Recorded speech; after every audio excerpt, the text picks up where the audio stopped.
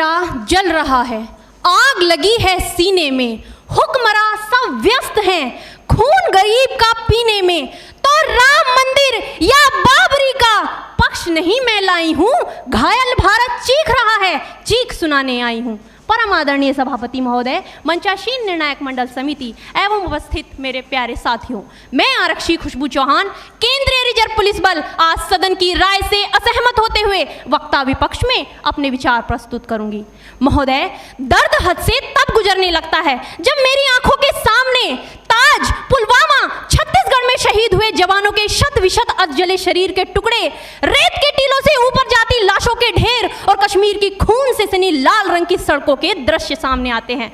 उस पर मेरे प्रतिपक्षी महोदय का कहना ये कि मानवाधिकारों की अनुपालना करते हुए देश से उग्रवाद और आतंकवाद को समाप्त किया जा सकता है।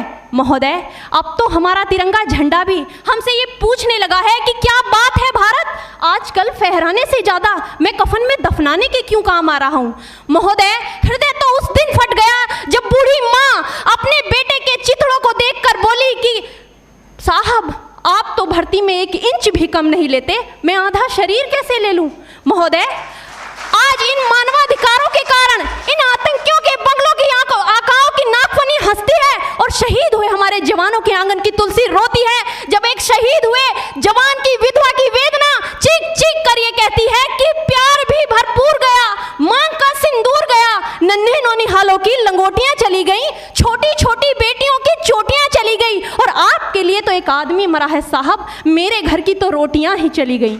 महोदय, किसी भी युद्ध को जीतने के लिए पहल करना सबसे ज्यादा आवश्यक है, क्योंकि इतिहास गवाह है कि पहल करके बड़े बड़े युद्धों के परिणाम बदल दिए गए हैं। परंतु आज मानवाधिकारों के कारण हमारे देश के जवान इस कदर बंधे हुए हैं कि अपनी ड्यूटी पर खड़े होकर भी वो आज पहल करने से डरते हैं, क्योंकि महोदय भविष्य में उन्हें कटघरे में खड़े होने का डर सता रहा होता है।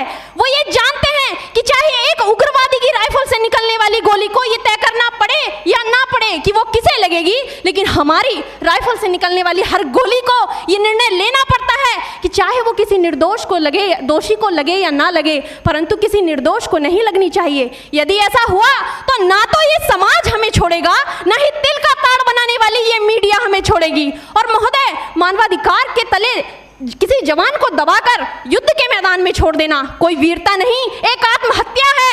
क्योंकि महोदय, फूल को श्रृंगार दो ये मुमकिन नहीं और एक वीर को झनकार दो ये मुमकिन नहीं। जो हाथ बांध दे सेना के, ऐसे मानवाधिकार का पालन संभव नहीं।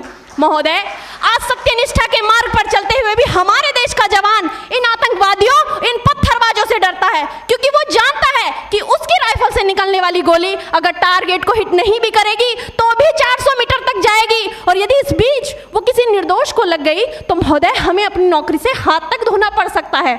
और महोदय, अपनी नौकरी को बचाने की खातिर एक जवान आज ये सोचता है कि चाहे सांप मरे या ना मरे, परंतु लाठी नहीं टूटनी चाहिए, क्योंकि आज हमारे देश के हालात कुछ ऐसे हो गए हैं कि चिरागों को हवाओं में उछाला जा रहा है, हवाओं पर भी रोब डाला जा रहा है। अरे हम ही तो बुनियाद है आंतरिक सुरक्षा की, और आज हमें ही नौकरी से निकाला जा रहा है।